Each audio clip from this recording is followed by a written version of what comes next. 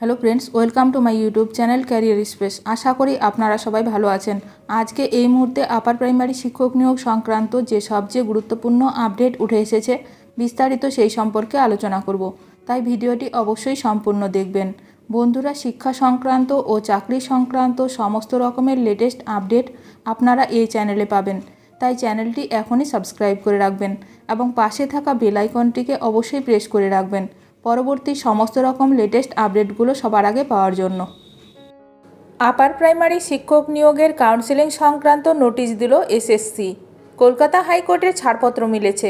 Supreme কোর্টও panel প্রকাশে বাধা হয়ে দাঁড়ায়নি। এই অবস্থায় উচ্চ প্রাথমিকের শিক্ষক নিয়োগের প্যানেল প্রকাশ হয়েছে। 14,052টি পদে নিয়োগের প্যানেল প্রকাশ করেছে স্কুল সার্ভিস কমিশন। অফিসিয়াল ওয়েবসাইটে মেধা তালিকা প্রকাশ করেছে এসএসসি। এবার কাউন্সেলিং সংক্রান্ত নোটিশ দিল এসএসসি। অফিসিয়াল ওয়েবসাইটে এই নোটিশ দেওয়া হয়েছে। এসএসসি নোটিশ দিয়ে জানিয়েছে, 1 অক্টোবর থেকে কাউন্সেলিংয়ের জন্য চিঠি ডাউনলোড করতে পারবেন উত্তীর্ণ চাকরি প্রার্থীরা।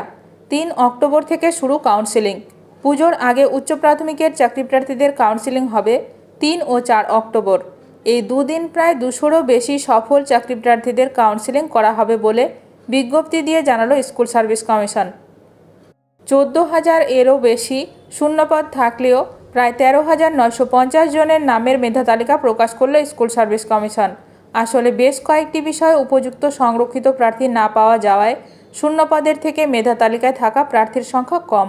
নোটিশের পিডিএফ টেলিগ্রাম চ্যানেলে দেওয়া হয়েছে, লিঙ্ক ডেসক্রিপশনে পেয়ে যাবেন। সেখান থেকে পিডিএফটি ডাউনলোড করতে পারবেন। এর আগে দুবার মেধা তালিকা প্রকাশ হলেও দুর্নীতির অভিযোগে বাতিল হয়। দীর্ঘদিন ধরে আপার প্রাইমারি নিয়ে মামলা চলে। শেষ পর্যন্ত কলকাতা হাইকোর্টের ডিভিশন বেঞ্চ নিয়োগের ছাড়পত্র দেয়। তবে আদালত বলে নতুন করে মেধা তালিকা প্রকাশ করতে হবে।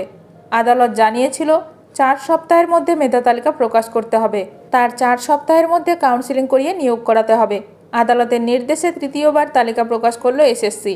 এবার কাউন্সেলিংয়ের নোটিশ দেওয়া হলো। পুজোর ছুটির আগেই কাউন্সেলিংয়ের বিজ্ঞপ্তি দেওয়া হলো। শুক্রবারই কাউন্সেলিংয়ের বিজ্ঞপ্তি জারি করেছে এসএসসি। পুজোর আগেই প্রথম দফার কাউন্সেলিং করবে স্কুল সার্ভিস কমিশন।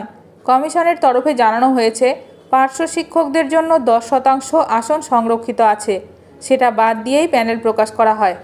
ভিডিওটি ভালো লাগলে অবশ্যই লাইক করবেন। আজকের ভিডিওটি এখানেই শেষ করলাম। নতুন কোনো আপডেট নিয়ে দেখা হবে নেক্সট ভিডিওতে।